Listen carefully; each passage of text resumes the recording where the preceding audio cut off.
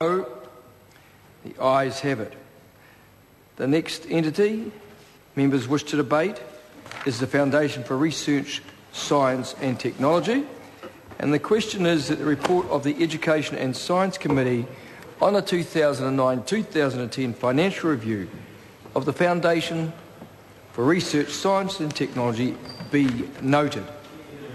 Mr. Chair. I call the Honourable Member David Shearer. Thank you, Mr. Chair.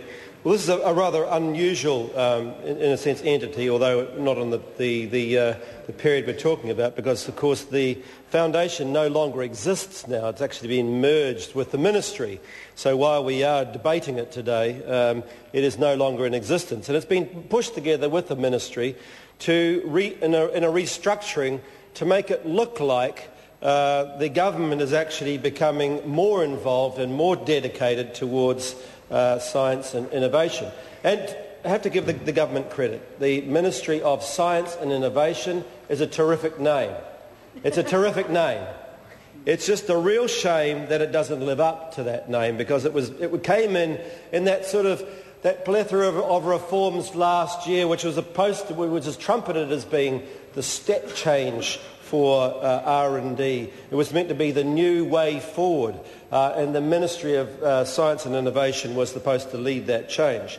And to some degree, we actually saw an increase in funding to research and development. We had $56 million more a year that the government put into this. $56 million, which when you took it into account, the total spend was a little less than 5%, and when you took in inflation, it was actually a lot less than that, particularly as inflation's running now at nearly 5% and more in our research institutions. But the most important thing about that money and where it went to was that it went to giving businesses a handout to do more R&D. It did not encourage, Mr. Chair, a real change in the culture of those companies. And our R&D, sir, in our private sector is woeful. It is absolutely woeful. We do not spend anywhere near close to the OECD average when it comes to R&D inside of businesses. So while the government trumpets the merging of these two entities as being the new dawn of R&D, the reality is something quite different.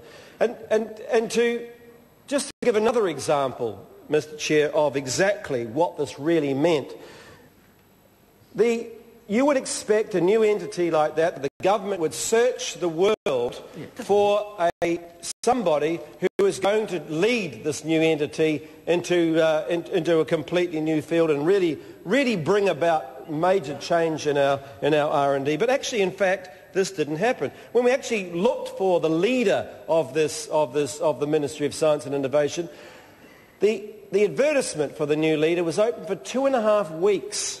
It didn't look overseas for the best person, despite the fact that the Minister of Science and Innovation talks about the triumphs of Denmark. The Prime Minister talks about Taiwan and what it's doing. I mean, the Minister's just come back from Israel, where he's been looking at our R&D as well, and I expect that he probably flew there on a commercial flight. I hope he flew there on a commercial flight to Israel in order to look at the R&D. Well, these are countries that put 3 to 4% of their GDP into R&D, and they have science and innovation places which are world-leading. Why can't we have world-leading places just like that? And the answer is that this government certainly does not have the commitment to R&D that it talks about. It talks the talk, but it doesn't, Mr. Chair, walk the walk. Okay. So this year, when we look at our budget, despite the fact that in January we were being told that this was about innovation and it was about savings, we actually see a $12 million decrease in the overall spend in science and innovation. And $12 million decrease. And the top line headline in the budget is $36 million reallocated. I mean, that set the world alight, Mr. Chair. That that really set the world alight that we have reallocated $36 million. R&D in New Zealand is the driver of our innovation. It could be the driver of our economy, a new, smart, clean, green economy. But this government has enabled this to languish and go backwards. Thank you, Mr. Chair.